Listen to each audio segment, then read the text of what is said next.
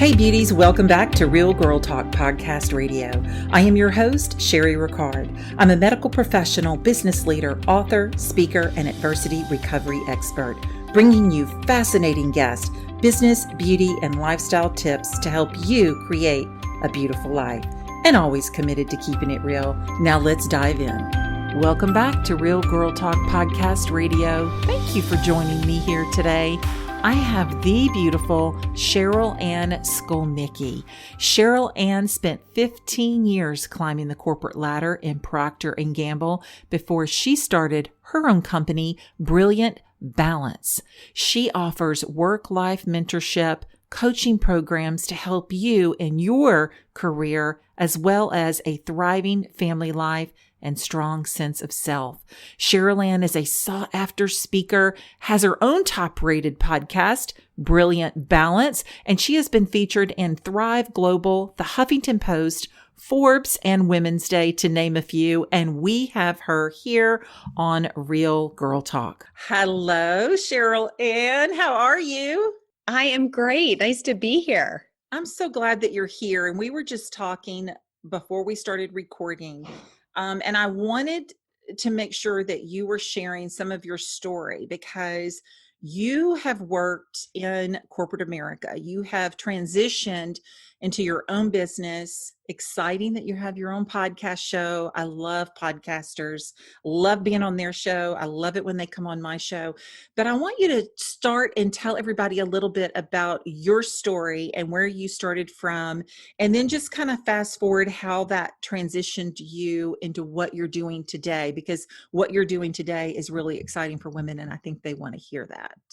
Oh, I would be happy to. We'll do the abbreviated version and then you can press into any place There we go. Enough detail. So I usually start with, I was a former corporate ladder climber turned entrepreneur, right? So I really, from the time I was very young, thought that I would be like climbing a ladder somewhere in corporate America, that I would probably be a Fortune 500 CEO if all my dreams came true. And that really started for me pretty early on. So I have a business degree and an MBA, and I started my professional life at Procter & Gamble. And I spent 15 years doing exactly what I always thought I would do, Wow. Working in sales roles and then marketing and climbing that ladder, running bigger and bigger brands, bigger and bigger teams throughout the 15 years. And I have to say, I never want to skip this part of the story. I really loved it.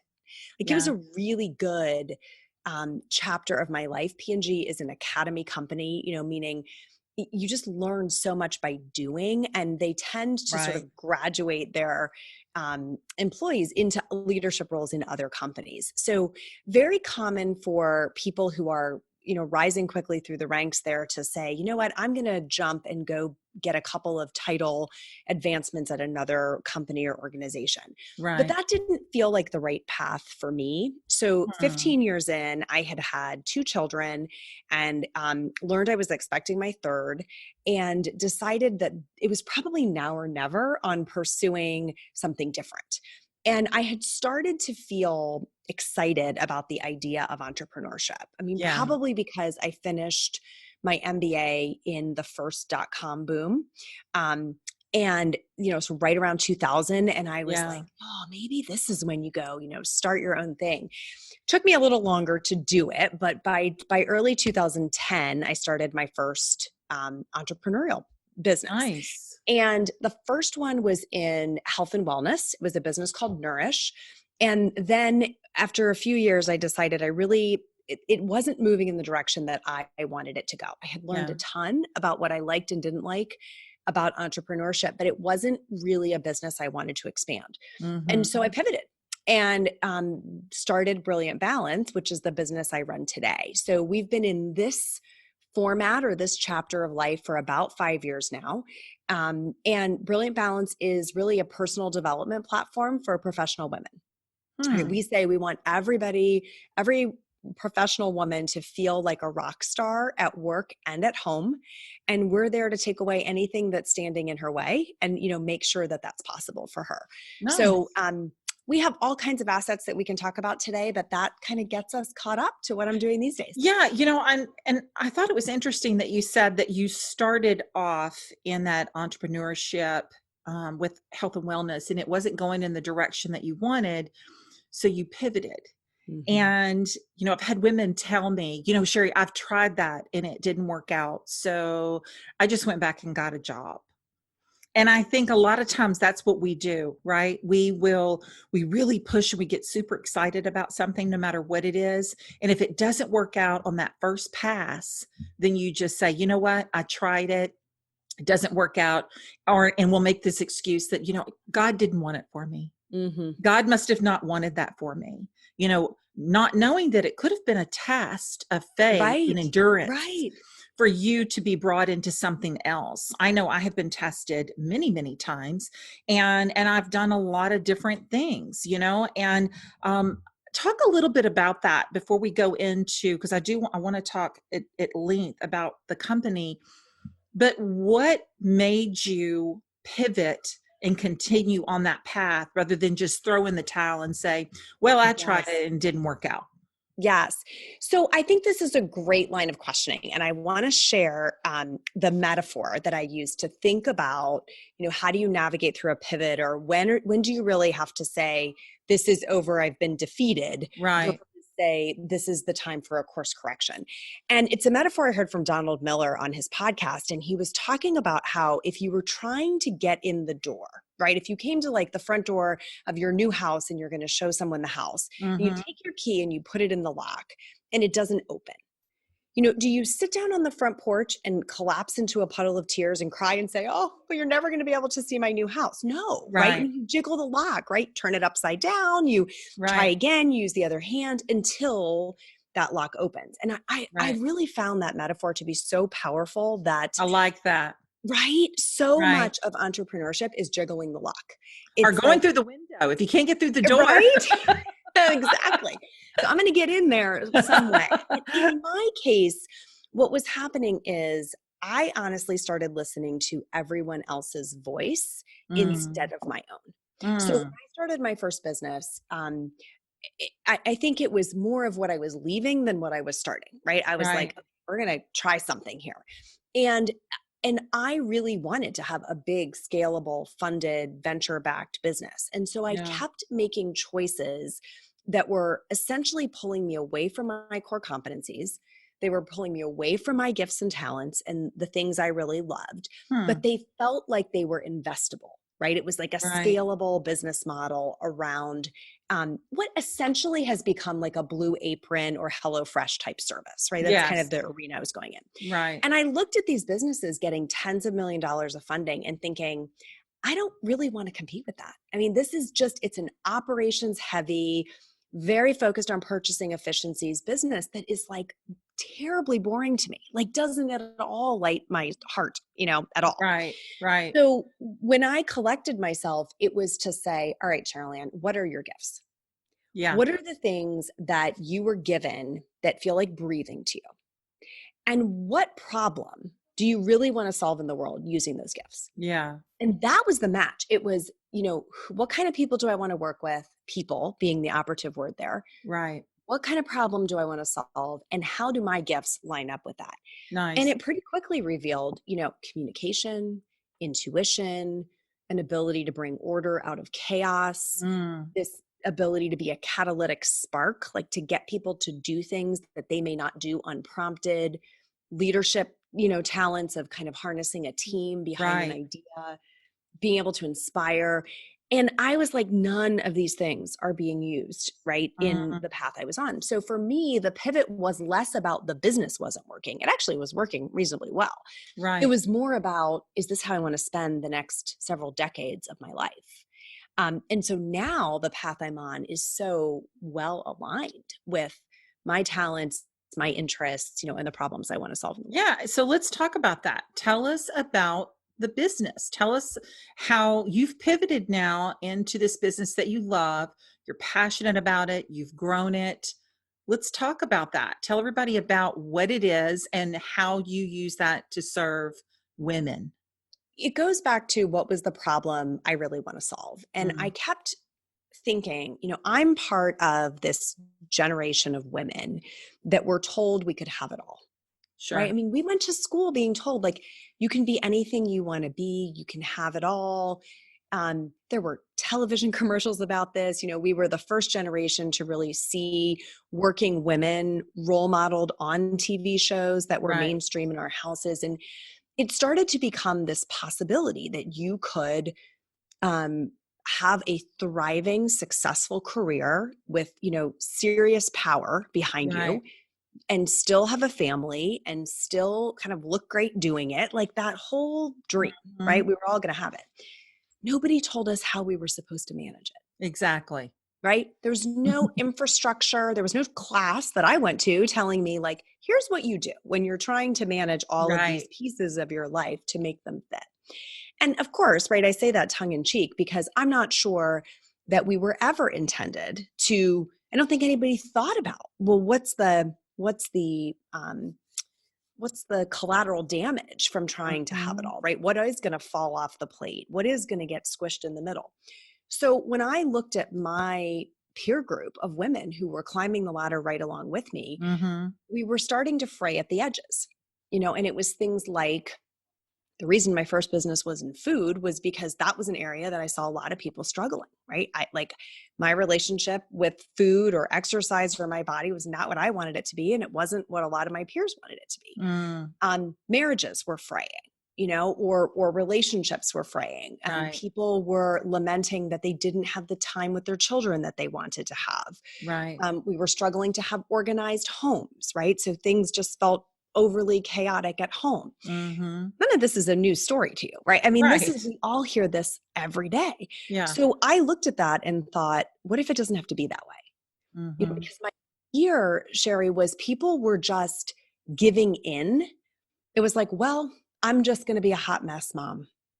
This just is, I'm just going to make it from coffee time to wine time and then live to fight another day. And I just think we're better than that. I think there's really got to be a better way. So I started looking for sort of surgically, how do you really go underneath what these challenges are that we're experiencing and reconstruct the rhythm of how we're going to move through making choices, playing out these various roles that we are excited about so that we can stand in our own brilliance. Right? Really like do the work we're meant to do in the world and stay really rooted in possibilities. Instead of like feeling like we've got this giant, wet, heavy blanket and we can't get out from under it for 10 or 20 years. Right. So that was the idea behind Brilliant Balance is how am I going to create a new framework that women can chase and then equip them to do it, like with really practical tools and coaching and community, right, to make that a reality. Right. So how do we do that? How do you do that? So, somebody's calling you up, Cherylanne, I'm drowning over here. I do have a passion for something that, X, Y, and Z or whatever I want to do. I'm balancing 2, 3, or 4 kids, whatever it may be. My husband works or he may not work. It shouldn't really matter if we're pursuing our passions, right? So what do you do with that woman? Where do you take her from ground zero where she's trying to actually say it's okay to be this juggling woman that's juggling everything in her life, and somehow she's going to glorify that because that's going to make her feel better. Because everyone else is. I'm doing what everybody else is. Look, I'm of the norm. So what do you do? Where does that woman start with you? Well, I have this magic fairy wand that I bring out first. Nice. It'd be so great, right? It'd be so great. Mail it to me. I'll give you my address. I could probably sell those. I think realistically, after working with women for the first several years in this territory, I sat down one day, and I'm not kidding, like this was literally like a one day. I sat down, I took out all the notes, all the handouts, all the things I had collected over these several years of just one-on-one coaching women, meeting in a coffee shop, trying to understand what was going on and figure out how could I help. And I laid everything out on my living room floor. Like it was like a beautiful mind in there. There were just papers everywhere and labels and stacks. And I was looking for, is there a through line here? Is there a framework that I could say of all these women that I've worked with individually, were there common themes? Right. And importantly, is there an order that we could make changes in that would predictably deliver results, right? Hmm. And honestly, I looked at my own life. I looked at what had I done by that point as a mom Right. of three with a husband with a big job and, this business I was trying to run. And then I looked at what was working for these women who I'd coached. And what emerged out of that was kind of a three-run ladder. There were 3 steps that very predictably, if we assessed what's the lowest rung on this ladder that's broken for you, right? Mm-hmm. We had to start there. And if we fixed that one, kind of earned the right to stand on it now with a solid foundation and move to the next one, and so on, until we got to this place where we were really going after like the work we were meant to do and feeling like room to breathe and do that. Right. So the 3 steps of that ladder, the first one is it's really about energy management. It's about how do you manage your day. So we call it power because we have it in 3 Ps. Okay. What's your power source, right? Are you exhausted and depleted all the time, physically, mentally, emotionally? Or do you wake up in the morning like ready to go? Full tank, like excited, kind of a light in your eyes of what am I going to go bring into the world today? What does the world have in store for me in this day? Mm-hmm. And if women are exhausted and they are not sleeping and they are not taking care of themselves physically and they are mentally scattered with just a heavy cognitive load, like no decision-making skills, and they're emotionally drained because there's a key relationship that's broken, you can't get any further. Right. But that is the very first set of circumstances that we have to address. Right. Does that make sense? It's like you can't. It does make sense. And I was going to ask you too, you said, what is your power source? Because I'm writing this down. Mm-hmm. I believe that some women have to wake up every morning and fill their tank with that power source. Yes. And then we get to the point to where you have to have enough of your own, you have to support yourself emotionally enough to be disciplined to know that you need a power source. Yes. Right. Because I'm a huge believer in morning routine. I preach it on my social media. I preach it on my podcast, in my books. I believe that you have to have that stable morning routine. My husband knows that my morning routine is to get up and fill myself with God's word. That's it. That's my power source. That's right. Someone else could have a different power source of inspiration. It could be an inspirational talk or a particular, XM radio or whatever it is that you listen to. I have to fill myself with verbal word of God, whether it be through Joyce Meyer or Joel Osteen or whatever I feel that empowers me, with my cup of coffee in my chair that my husband refers to as my prayer chair. Yes. Yes. Because I sit in there, I listen, I fill myself with word, and I do my prayers, and then I'm up like a jackrabbit and I am running and doing what I need to do. But I can tell you that if I, for some reason, get distracted and don't feel, I call it my hour of power, right? Tony Robbins talks about the hour of power. Yes. Yes. I call that my hour of power. If I don't have my hour of power, I promise you everything that could go wrong will go wrong, because I will see it as some type of negative outcome. And then it's my reaction to it is so much worse when I don't do my hour of power. So when you're talking about your power source, are you saying that you can't have your power source? I know I don't feel like I can have mine without me filling it up myself every morning. Or are there actual women in this world that wake up on fire without having to fill themselves? Because I'm not that person. And if there are women that way, that is amazing. There are. I mean, I think everyone is wired a little bit differently, right? Yeah. For some people, as long as they have a full night of sleep, yeah, they wake up like good mood, ready to go. I've got enough I'm carrying over from the day before. And right. Their activity stream may happen later in the day, but I promise you there will be one. Right. So typically they fit into a set of physical practices, a set of mental practices, which is like, how do I keep the cognitive burden manageable? Right. And then a set of emotional or spiritual practices. And they're both, right? But how do I keep my heart, my soul feeling Right. full and strong and sourced, right? So it's all three. It's never just one practice. We actually Right. take women through an exercise of discerning theirs so that they can construct their day to address it, whatever it is. You got to figure out how to plug yourself in, right? Makes sense. So Yeah. that's really about knowing how to manage your energy throughout the day. And you hit on something very important, which is you can't sort of store it up and have it available to you 6 days from now. Sure. It's a daily replenishment of this energy so that you can go through each and every day feeling right, energized. Okay. Right. So once you get power established, you can stand on that rung and move to the next one, which is productivity. Productivity is about how do you get things done, right? And I look at the framework of a week for productivity. So it's, do I have a plan? Some type of intention for how this week is going to unfold. Okay. Are things scheduled, right? Do I know when they're going to happen? And then do I have integrity to myself and to others in executing that plan?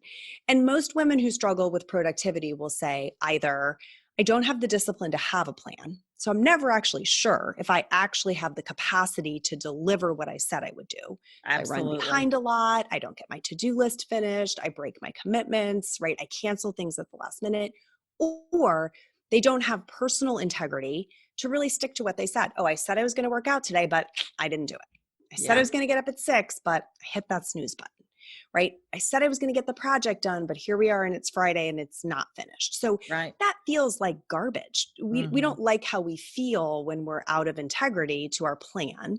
Right. And often we're untethered if we don't have a plan at all. So that second rung, productivity, it's really about time. First one's about energy. Second one's about time. Right? Yeah. But then you can stand on that rung and say, all right, now what? And this is when it gets really good because that third rung is all about possibilities. Possibilities are, what are you really here for? What kind of lights that spark in you that you want to go do? What's the next dent you want to make in the universe? Right? What's the contribution you're making to the world around you? What are the relationships you're building into? But I'll tell you what, everybody wants to start there. Everybody wants to say, like, what's my purpose and what's my mission? But you know what? If you can't get out of bed in the morning because you're so tired, or you can't sustain that energy till 2 p.m, or you can't get your basic plan done, you can't go there yet. It's like it collapses right under its own weight. So that framework of it's really rooted in choices at the end of the day. Right? That framework is where all the freedom comes. And of course, there's all kinds of other things in and around that, but it's a pretty clean through line for most people.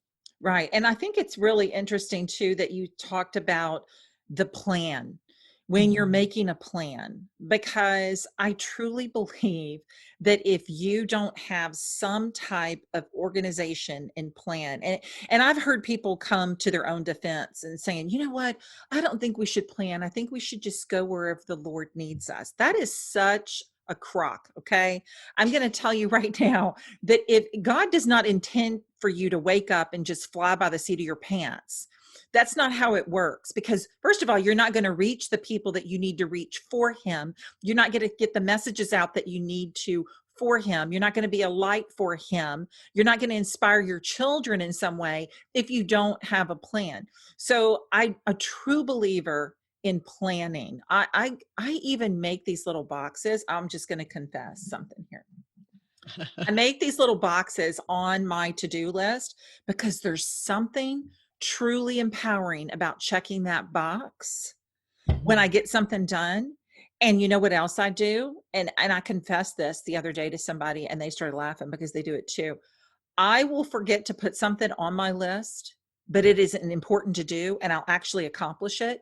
So I'll make a box for it and check it off immediately so you can get because that I already satisfaction. did it. That is one personality type, right? Strong achiever gene. You need to check it out. I get it. We even talked about that. There was like, is that a personality trait? Is that like overachiever type person? And I mean, yes. God bless her. My daughter is me made over and my granddaughter is just worse. And she's only 4 and she is my DNA gene, right? So I think too that I try to really empower, encourage women to make that plan. So tell us a Mhm. little bit about, I have my way of doing things, and I always love to learn from other women. When you're helping people create, you're helping women create and be disciplined in planning, where do you start? How do you influence them to start planning, and how do you influence them to make a plan? Well, I think part of it is understanding where is their resistance. So, Mm, and there are a number of different places where people may experience resistance. So the practicalities of how to build a plan is pretty straightforward, right? It's really pretty straightforward. The harder thing is understanding why aren't we already doing it? right. And typically it comes down to either, I don't want to be put in a box. I want the freedom to Mm, make decisions in the moment. I enjoy the feeling of spontaneity. And if I have a plan, I feel constricted by it. And a mm, clue to that one is sometimes like, how do you feel about budgets? And how do you feel about having like calorie guidelines? So people who don't like budgets and people who don't like calorie guidelines also generally don't like plans. It's kind mm. of a theme, right? Um, I'm like the I don't like budgets and I don't like calorie guidelines, but I do like a plan. So I'm a little bit of an outlier in that type. Yeah, I think I may be too. I don't like budgets, but I know they're necessary. I like guidelines. I like Right. guidelines too. Yeah, I like that to that know makes that I'm sense. within my budget. I don't like the feeling of not being, but I really don't Right. like really ticky tacky detail. And that feels very constricting. It So does. It similar does. that's how some people feel about their time. But I am happy to allocate my time in 30 to 60-minute increments and tell you exactly what I'm going to be doing Right. because there's such freedom in that for me on the other side, right? Right. Another reason people resist planning is accountability. There Mm, is underneath it a sense of if I call my shot and I say that's what I'm going to do, then I really have to do it. And I want the out, right? I don't mm, like that accountability of saying, yes, I will have this done by Wednesday at 3. If I tell you I might get to it this week, I have a lot more room in there, right? So that's a second mm, reason that there's sometimes resistance to having the plan. And the third is a lack of skill. Like I'm not good at estimating how long things will take. So it's a mm, constant exercise in frustration because I put it on my plan and then I get to the end of the day and I'm like, I didn't get half the stuff done and I feel like a failure. mm. And then, how many days of that do you want to do before you give up? Right. So that there is some skill to estimating how long something will take and learning how to build cushion in so that you feel that sense of accomplishment. And then Right. there's, positive emotional reward for having the plan. Right. Uh, Right. at the end of the day, like knowing what their resistance is helpful. The mechanics of how to build it. The only thing I would share with your listeners is, you know, a week. A week is a good timeline. A day is too short because you're Okay. never going to construct a perfect day. You won't get to all the things you care about. You'll feel like something's falling off the Yeah. plate. A month is too long. No one can plan a month with enough foresight. Too many things happen. You Right. can dot some things out on the horizon, but you won't adhere to people who try to say, like, this is my meal plan for 30 days. I'm like, no, it's not. I mean, it's not going to work out that way. Right. But for a week, Right. you can probably do what you say you're going to do over the Right. next 7 days. So it's really kind of this perfectly framed time horizon. Yeah. And the Right. other adage I use a lot is what gets scheduled gets done. If you're working Mm, from to-do lists that are not time stamped, just mm, a big laundry list of stuff I'm going to do this week, you are far less likely to accomplish those tasks than if you have taken those tasks and put them on specific times on your calendar. mm. And it's just, I see it over and over and over again. So that's a really important principle. Yeah, and that's probably something that I tend to fall short.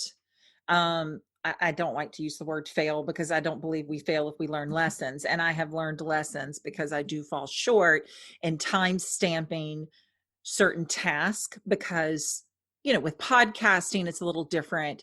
I schedule recordings. I know how long it's going to take. If I'm not able to send it to Greg, then I may have to edit it myself. If I'm not able to answer if Michaela can't answer emails, then I may have to do it myself. Like, so I know that, but everything else that we do, we don't even account sometimes for how long it's going to take you to drive somewhere. Don't say Yes. that you're going to go buy, an outfit for this super important event on Friday if you truly have only said, hey, listen, I'm going to run go do it at lunch? Right. Because are you really going to shop for 20 minutes if it takes you 20 minutes to get there and 20 minutes to get back to work? Right. And then you come up Right. to that event and you don't have the outfit. So what happens? You opt not to go. You throw something together. You don't feel good about the way you look because you didn't have time to shop. Now you're going to this event that meant so much to you and a really bad attitude, and you have a horrible time. And that is the end of the story. And that's the end of the story. So on that note, what do you do about getting people in your household to help you? Eesh.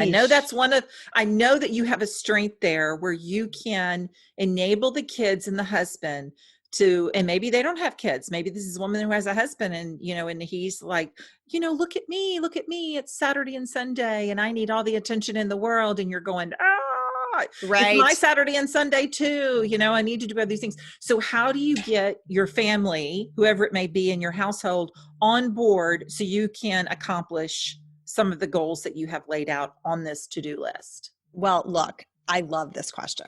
So thank you for asking it. And people have not asked me this before, but the first thing I want to make clear to the people listening is, so I have a husband who is wired entirely differently than me, right? I mean, we are like opposites.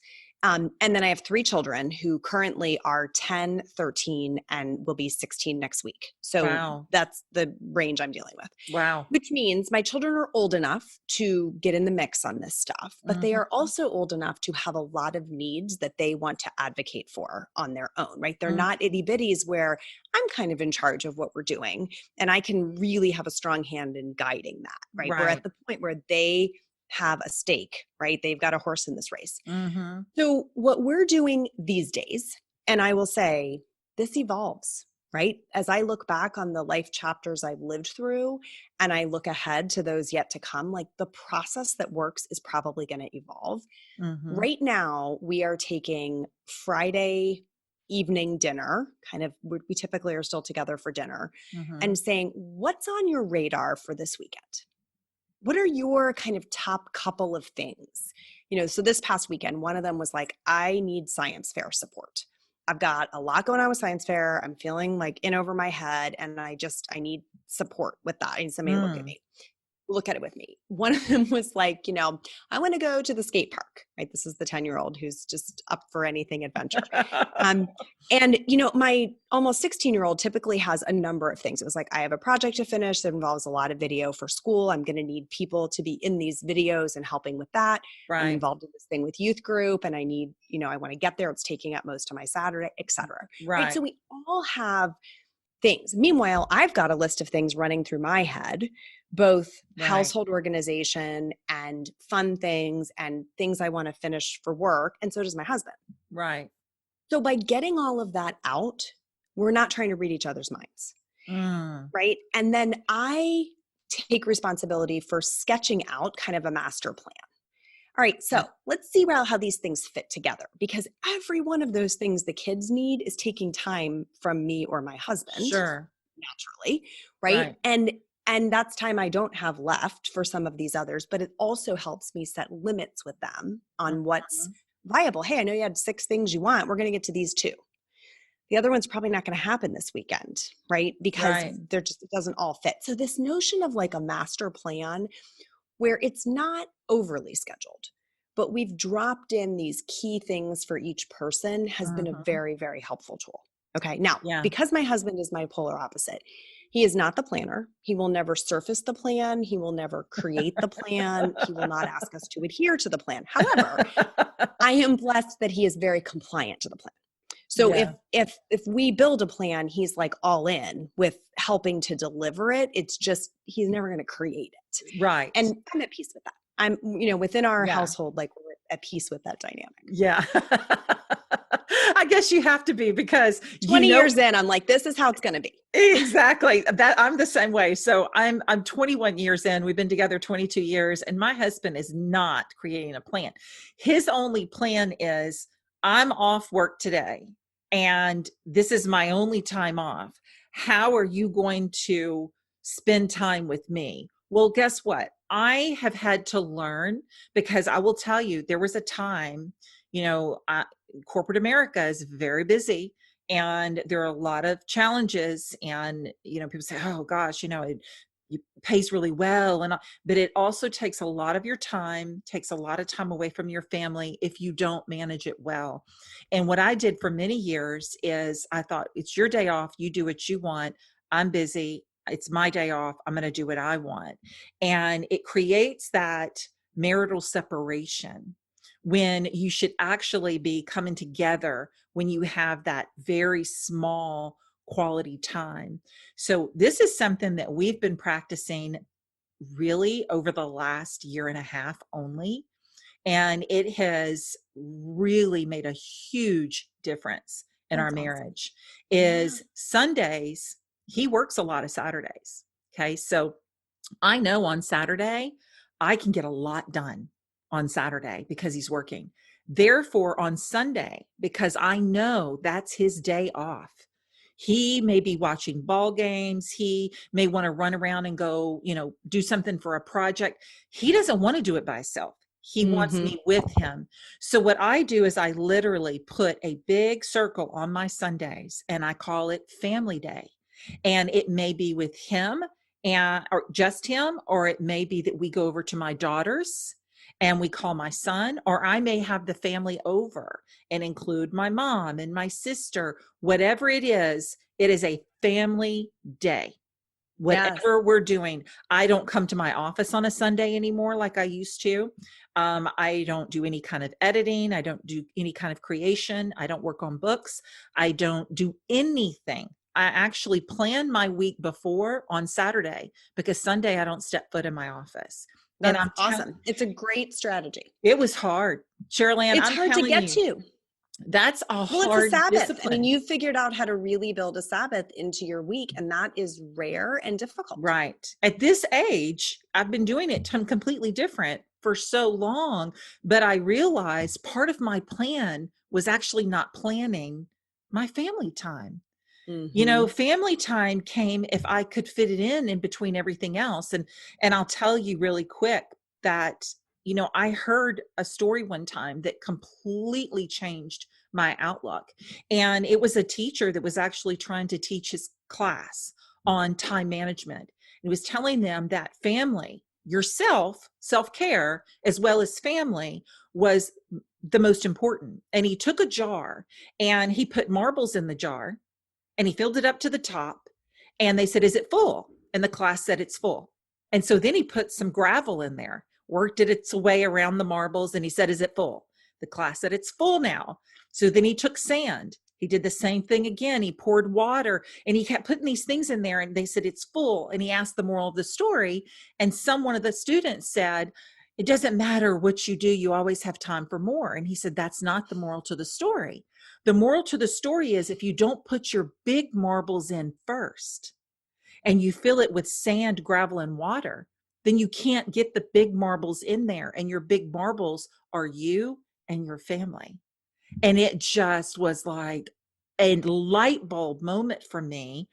And yes, I think it's Stephen Covey. I think this is Stephen Covey's work. It's brilliant. I don't remember even where I heard it, but it just stuck with me to the point where I was going, that's the problem. I have been filling my jar with so much sand and gravel and water and trying to stuff those marbles in there. If I could just get one marble in, that would be great. And I was just doing it all wrong. Yes. I was just backwards doing it all wrong. So in the planning that we're doing to plan, you actually have to plan your family time as well as everything else. Yes. In our model, we actually start there by creating where are the zones of the day that are off limit for work. And then work gets what's left, where most of us say work goes first. Sure. And if it spills over into all the family time, so be it. But it will continue to, right? Without us owning where are the zones that we want to protect for. And they're unique to each individual, and they change over time. So it's a dynamic process. The process you're executing right now, you may not have been able to do 5 years ago. Right. So there's an evolution to this. Right. So that work-life balance, where does a woman start to balance herself? Or is that just out the window cliche now? Is there such thing as a work-life balance? Where do we begin? I get asked this question all the time because of the name of the company being Brilliant Balance. And I've been sharing that it's really about how do you define balance? If your visual metaphor for balance is something static, like Mm, the old-fashioned scale with two equally distributed piles of rocks, that hmm. definition is probably outdated, right? Or some kind of Right. pie chart where, you've split it up. I think balance is dynamic. My visual metaphor would be like a prima ballerina dancing and moving from one area of the stage to the next and on her feet, on her toes, in the air, but landing each pose with grace. And Mm, that's the visual metaphor I get for the balance I want. It's dynamic, it's changing, but I have to kind of have a strong core and be on my toes to move through my day, through my week, through my year in all my different roles, mm. right? But I want to land the pose. If it's family dinner, I want to be all in. If it's a key meeting, I want to be there like 100% of my And not brain. checking your iPhone while you're sitting Right. there with your family, right? Right, Yeah. that's wobbly, right? So that notion of intentionality as you transition from pose so you can land it, that's my visual metaphor for balance. And I fundamentally believe it's attainable. When women say I don't have good work-life balance, what are they really saying? And what they're really saying, in my assertion, I mean, this is what I hear them saying, is Mhm. I don't feel like I have control to Mm, be where I want to be when I want to be there. So I'm constantly feeling like I'm pulled in 1,000 directions and sure. I'm not really at peace with my choices. I want more time with my kids and I'm not getting it. Or I have so much time with my kids, but we're not doing the things I want to do and it doesn't feel good. So, Right. what we're really solving for, again, if you go back to jiggle the lock metaphor, is what do you want it to feel like? And every woman I have ever met has far more control over those choices than Hmm. we're claiming, at first glance. And so that's really a lot of my work is double clicking underneath to say, all right, what are we really trying to architect here? What's going to feel right for you? And can I convince you that you have more control over that than you think? Hmm.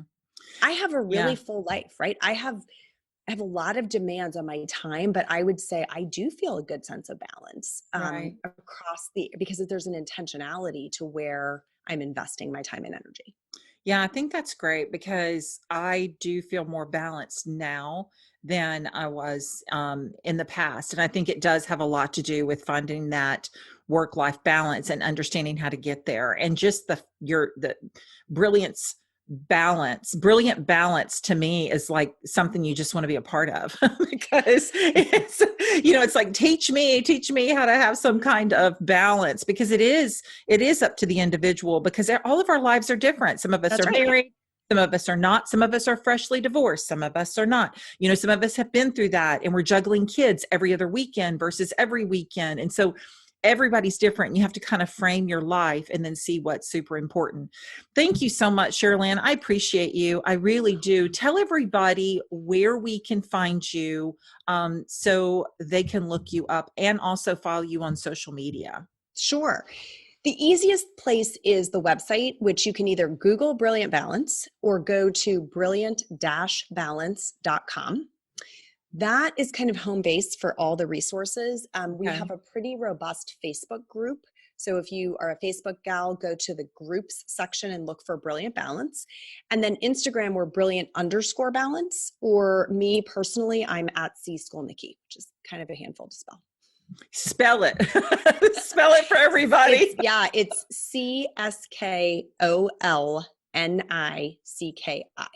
Yeah, because guys, I had to ask her and it just Yeah, makes perfect sense when you look at it. Of course, it's pronounced exactly like it spells. I was trying to make it more complicated, right, Cherylanne, like we always right. do. That's right.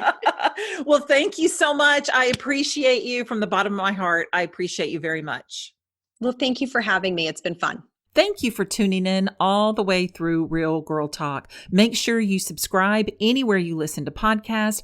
And if you happen to have iTunes, would you do me a huge favor and leave us a rating and review of the show? That's the way that we get this message out to more and more people around the world. And selfishly giving us a review and rating, something good is going to come back your way. Plus, I know you're the type of person that wants others to live their best lives. So can you copy this link, share it to your friends, share it on social media? Remember, people need to be inspired. They need to have tips. They need to have business ideas more than ever right now. And I know that you can help me on this mission.